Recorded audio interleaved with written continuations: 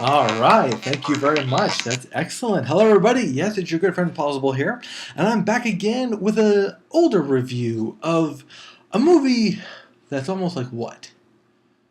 Long time ago, let's just say. Okay, I'm not doing math in my head right now. It's too late in the day. It's Scavenger Hunt from 1979. Yes, when it had Arnold Schwarzenegger in it, it was only a very brief cameo because, let's face it, he wasn't a big name back in 1979. And all these big names were, and you might be looking at them wondering, who are these people? I don't recognize anybody. Roddy McDowell, didn't he do the Planet of the Apes? Cloris Leachman, wasn't she on a dancing show lately? Yeah, we always look at these people, but you know what? Once upon a time, back in the day, I mean way back in the day, 1979 as a matter of fact, these were big names. So this was one of those all-star events where people could get together and act crazy and make a movie that really didn't have to make much sense. Okay, and the DVD quality is not what I'm talking about. If you have a chance, you can find this on YouTube. I should have watched it on YouTube. Unfortunately, I borrowed a friend's DVD and it kept skipping on me. It was a bootleg. Anyway, you basically have the typical story. Old man dies. But this is not just anyone.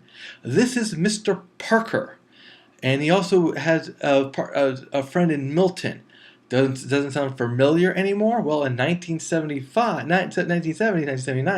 even in the 1980s, there was the Parker brothers, and some game thing with Milton. So obviously, games are important. Heck, it starts off with a very old-looking Vincent Price, and they made him look older than he really was, with his sexy nurse playing a game. And believe me, you should see this movie just for that first 5 minutes alone. It's not that they were that good of acting. It's not that she was that sexy of a nurse. She was. But the point is, you should see the game they were playing. You know, I don't know if you guys ever thought about this, but I can remember going back in time here, 1980s. I was in Colorado Springs, Colorado, passing through, and there was a penny arcade. And let me tell you something, there was a lost art there, the penny arcade. That's where your video games came from, kids. All right. Anyway, he dies. He has a fortune of $200 million that could either go to A, his sister, or was it his wife? You think I'd remember?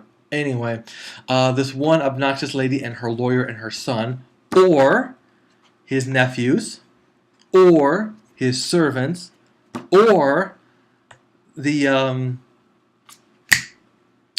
his daughter's husband. Or was it his wife's husband? Daughter's husband. You would think, you're probably knocking your head now thinking, gee, Pozzible, did you really watch this movie? It was painful to watch, okay? Basically, you got these teams of groups, and now they're all going to take off, and they're going to start collecting things, because it's a scavenger hunt. It's the old-fashioned scavenger hunt. He gives them riddles, they go pick it up, and the more you can collect, you win. Okay? Everything has certain points. A crystal ball is worth 20 points. A suit of armor is worth 60 points. A fat guy, 50 points. Whoever can score the most points before 5 p.m. wins. And so it's a mad dash all over the place. This is where the movie takes off. This is where I got excited, and now I got disappointed. Oh, by the way, there was this one other person. I can't remember if he was the best friend. Oh, no. Actually, now that I think about it, the light bulb just turned on. I can't believe I'm realizing this as I'm podcasting. The cab driver, okay? You're going to notice that of all the people, one guy is all by himself and very out of place. He's the cab driver. That's because once upon a time, when the rich man and his partner were stuck, a cab driver bailed them out. He helped them out. He saved them. It's based on a true story, you know, of the Milton and Parker brothers, like some sort of meeting or something like that. It's in the IMDb trivia section. However, that's as much as I want you to see in this movie. Don't want you to see this movie, guys. I give it a pass. Why? Because in the end, it's not a movie. It's just a collection of short comedy or attempts at comedies, and it moves way too fast.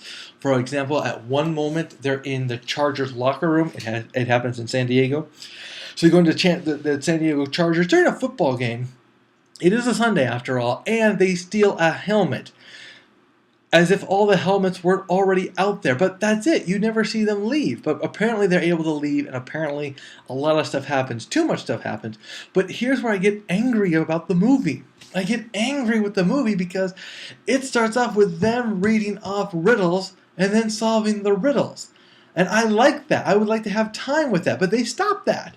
And they just make it these short jokes, these short, intermittent, unconnected, unimportant events that just don't mean anything. And why is it so unimportant? Because at one time, they're taking forever and a day just to collect one item, and then the next moment, their car's full.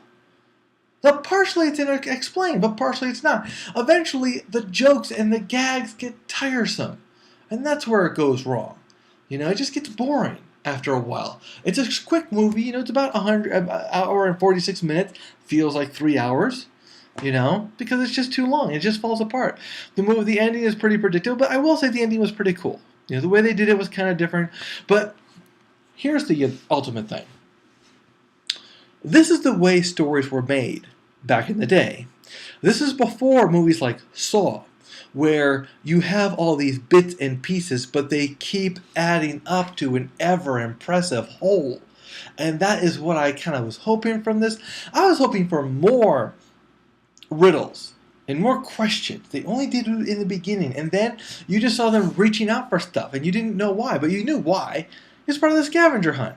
But you were hoping to hear that somebody at some point got something wrong, and them saying, oh no, that's not what we meant by this. Oh no, that's not what we meant by that. But they didn't do that, and it kind of fell apart. And I was kind of sad. I was looking forward to this movie, had high hopes. Hopes were dashed. And I don't want that to happen to you, so I'm going to tell you to pass on Scavenger Hunt. You know what? You don't have to worry about that. You know why? Because you can't find it. It's not on DVD. It's on VHS. It's on YouTube. Don't go looking for it. Go to the theaters. I'm sure there's some great movies there for you, something more modern, something more to our taste. I hope you enjoy yourselves, guys. I know I will. We'll catch you next time.